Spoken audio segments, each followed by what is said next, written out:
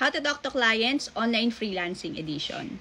Sa video na to, i-share ko kung papaano ako gumamit ng mga AI chatbots, kagaya ni Gemini, ChatGPT, ang mga yan, para masigurado ko na malinaw yung gusto kong sabihin kay client, lalo na kung mahaba yung sasabihin ko, at gusto ko na polite yung tone. Kasi pag minsan, pag sarili kong words yung ginagamit ko, naiiba yung context, naiiba yung dating kapag sinend ko na sa client. At pag minsan hindi niya masyadong naiintindihan kung ano yung totoong gusto kong iparating dun sa message ko na yon. Ginagamit ko ay Gemini AI. Sobrang gamit na gamit ko to. Meron akong gustong ipacheck ang grammar, gustong itanong, lahat masasagot ni Gemini AI. Libre lang to, merong may bayad. Kung gusto mong i-upgrade, pwede din naman. Pero yung walang bayad na version is okay na. Bilang isang nagtuturo, kung makakuha ng direct client, sama din doon kung paano ka makipag-communicate. Ito, gusto kong i-share sa inyo. Ulit-ulit itong tinatanong ng mga students ng Creative Potion. Paano gamitin ng tama ang Gemini AI pag may gusto kang sabihin sa client.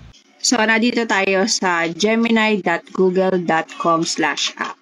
Type mo lang sa Google, Gemini AI. You might need to log in kapag di ka nakalogin yung Google mo, di ba? So, ilalagin mo lang, tapos mapupunta ka sa ganito. Tapos, type mo lang dito yung gusto mong malaman.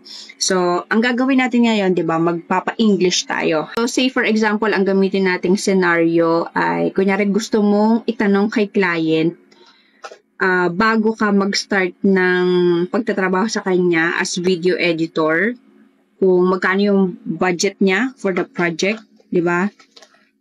Tuwing kailan kanya babayadan, monthly ba, weekly, bi-weekly, ayan. How many videos you are required to produce a week or a month, di ba? So, mga importanteng questions yan. Kailangan mong itanong sa client, malinaw, bago mo tanggapin yung trabaho kay client. So, bonus yan sa video na to. So, yun yung mga gusto nating malaman. Kapag ako, itatanong ko kay client, ganito ang ilalagay ko dito sa Gemini AI. So, sabihin ko, Hi Gemini. So, lagi tayo may pa-Hi Gemini dyan. Pwede namang wala na. Hi Gemini, translate this in English. Hindi naman kailangan perfect, na yung grammatically correct na kailangan, o kaya yung salitang English ay capital pa, ganyan. So, it doesn't really matter, di ba? So, basta ganyan. Tapos, sabihin mo sa kanya, dapat casual, sabihin din natin dapat polite. Tapos,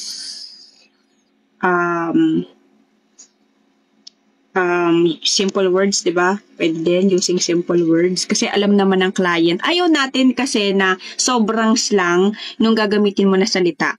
Kasi, ito magka-chat lang kay ni client eh. Kapag nagkataon na sinabi ni client, mag-video call tayo, mag-zoom tayo, ganyan, or mag-Google Meet tayo, tapos hirap na hirap kang magsalita in English.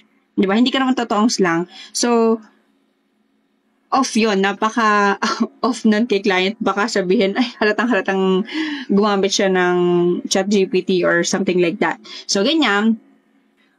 Tapos, lagyan natin ng colon, ganyan. Tapos, ilagay mo yung mga gusto mong ipa-English sa kanya. Sabihin mo kanyari ay, magkano ang sasahudin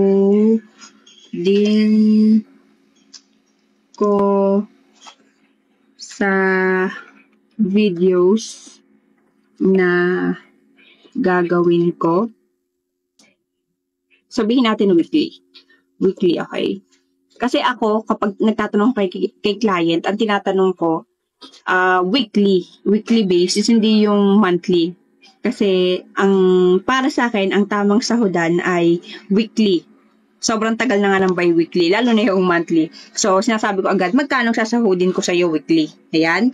Next question ay, so, pwede mo lagyan ng ganyan, tuldok-tuldok.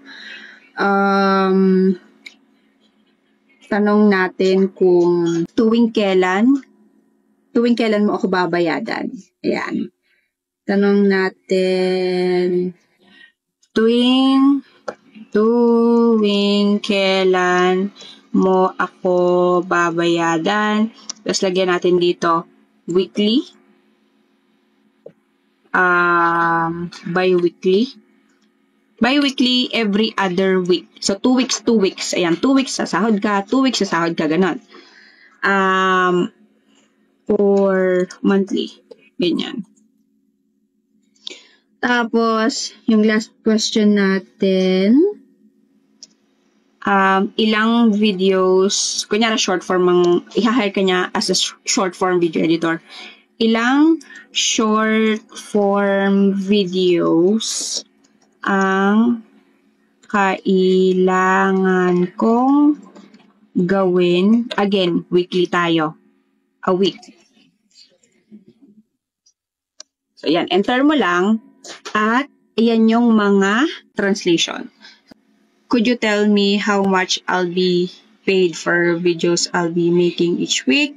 Also, how often will I get paid? And how many short videos will I need to create per week? Diba, hindi siya slang, hindi siya halatang ang gumawa ay ChatGPT o Gemini AI. Parang ikaw lang, diba?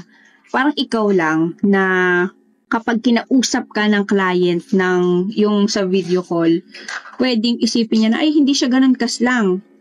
Hindi pala siya ganun kagaling mag-English. Pwedeng, oo, maisip niya ganun kasi siguro isang factor ay kinakabahan siya. Pero nakaka-English talaga siya. So, kaya importante na marunong kang gumamit ng ganito. Kasi itong ganitong English, simpleng English lang ito.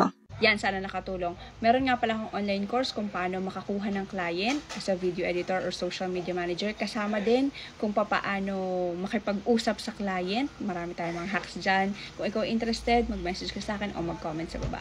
Follow from our videos.